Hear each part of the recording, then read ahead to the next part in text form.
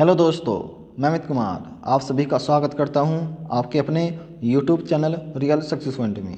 दोस्तों, आज की वीडियो में हम देखेंगे 3 अप्रैल 2021 करंट अफेयर्स के अति महत्वपूर्ण प्रश्न जो आपके आने वाले आला एग्जाम के लिए महत्वपूर्ण होंगे। इस वीडियो को एंड तक जरूर देखना। चलिए वीडियो शुरू करते हैं। पहला प्रश्न, यूपी सरकार ने कितने बुजुर्ग लोक कलाकारों को 4,000 रुपये पेंशन व 1 करोड़ का स्वास्थ्य बीमा स्वीकृत किया है? ऑप्शन ए है 85, बी है 100, सी है 60, डी है 65। इसका सही उत्तर होगा फ्रेंड ऑप्शन डी 65। मुख्यमंत्री योगी आदित्यनाथ ने बुजुर्ग और विपन्न लोक कलाकारों को बुधवार को बड़ी सौगात दी है। सीएम योगी के प्रयासों से प्रदेश के इतिहास में पहली बार ऐसा हुआ है कि केंद्र सरकार की ओर से 65 कलाकारों को न सिर्फ हर महीने 4,000 रुपये पेंशन बल्कि उन्हें और उनके आश्रितों को 1 करोड़ रुपए का स्वास्थ्य बीमा कवर भी स्वीकृत किया गया है। ये आपको याद रखना है। बात हुई है उत्तर प्रदेश राज्य की। उत्तर प्रदेश राज्य के मुख्यमंत्री योगी आदित्यनाथ हैं और यहाँ के राज्यपाल आनंदीबेन पटेल हैं। लोकसभा सीट 80 हैं, राज्यसभा सीट 31 हैं। यह भी आपको याद रखना है। चलिए नेक्स्ट क्वेश्चन देखते हैं।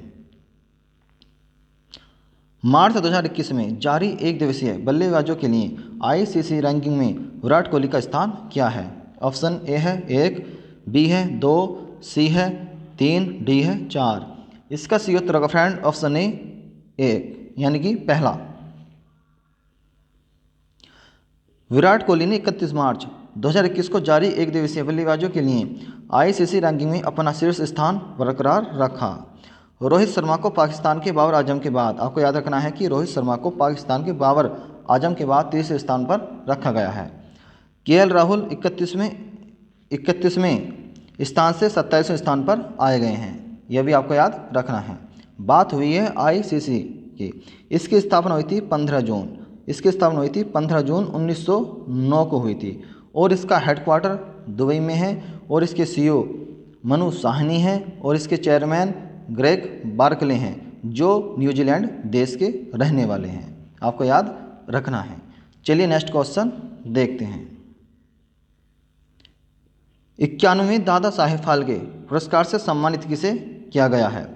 आपको बताना है कि 91वें दादा साहेब फाल्के पुरस्कार से सम्मानित किसे किया गया है। इसका सही उत्तर होगा फ्रेंड ऑप्शन बी रजनीकांत को।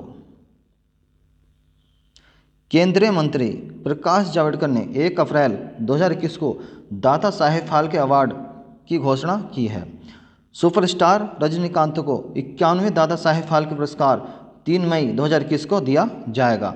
ये आपको याद रखना है कि रजनीकांत को यह पुरस्कार यानी कि यह अवार्ड कब दिया जाएगा? 3 मई 2021 को दिया जाएगा। ये आपको याद रखना है। बात हुई है दादा साहेब फाल्के पुरस्कार की। इसकी स्थापना आपको याद रखना है कि इसकी स्थापना 1969 को हुई थी। यह भी आपको याद रखना है। चलिए नेक्स्ट क्वेश्चन देखते हैं।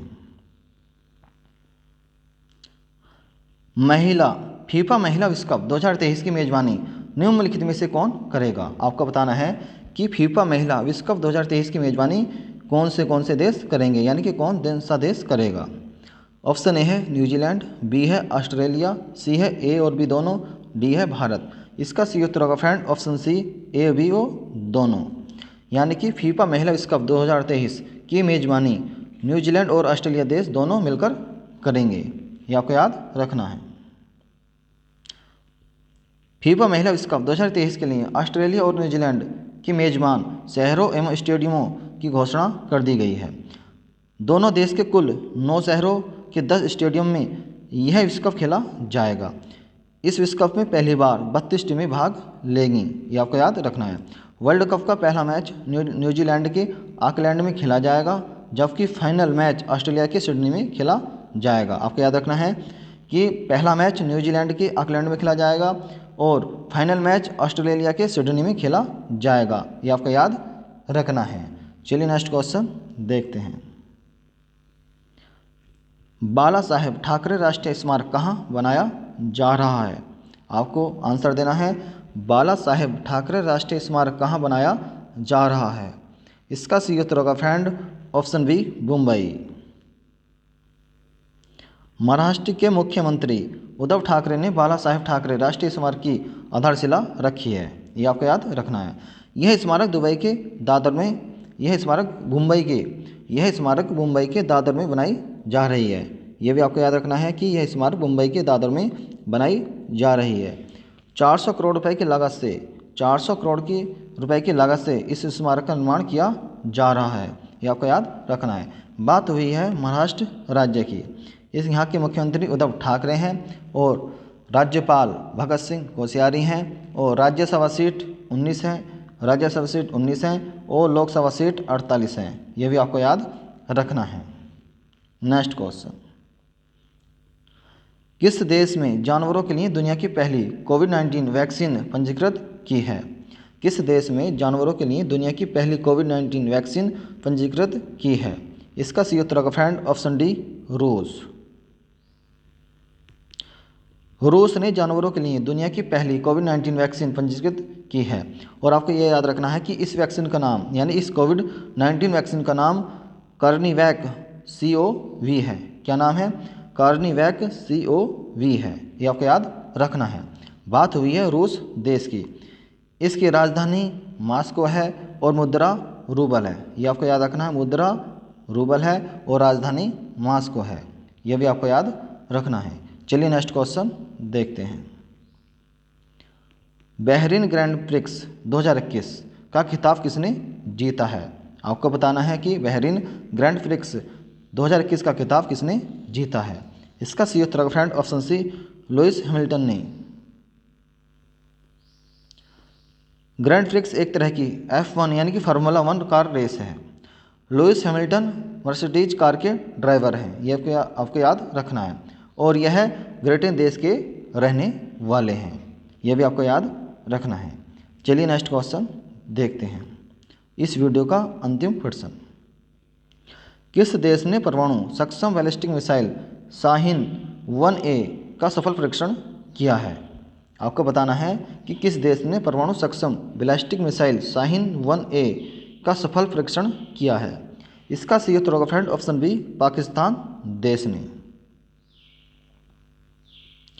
पाकिस्तान ने परमाणु सक्षम सतह से सतह पर मार करने वाली बैलिस्टिक मिसाइल शाहीन 1A का सफल परीक्षण किया है और इस मिसाइल की रेंज 900 किलोमीटर है। आपको याद रखना है कि इस मिसाइल की रेंज कितनी है? 900 किलोमीटर है। बात हुई है पाकिस्तान देश की। पाकिस्तान देश एशिया महाद्वीप में है। आपको याद रखना है। और इसकी राजधानी इस्लामाबाद है। करेंसी पाकिस्तानी रुपया है। और पाकिस्तान देश की स्थापना 14 अगस्त 1947 को हुई थी। और यहाँ के PM यानी कि प्रधानमंत्री कौन है? इमरान खान हैं। राष्ट्रपति आरिफ अलवी हैं। और आपको ये भी याद रखनी है कि भारत और पाकिस्तान के बीच अंतर्राष्ट्रीय सीमा को रेड क्लिफ रेखा भी कहते हैं। क्या कहते हैं? रेड क्लिफ रेखा भी कहते हैं। अगर वीडियो पसंद आई हो, वीडियो को ज़्यादा से ज़्यादा शेयर करें, वीडियो को लाइक करें, कमेंट करें। यदि आप हमारे चैनल पर नए हैं तो चैनल को सब्सक्राइब करना ना भूलें। धन्यवाद।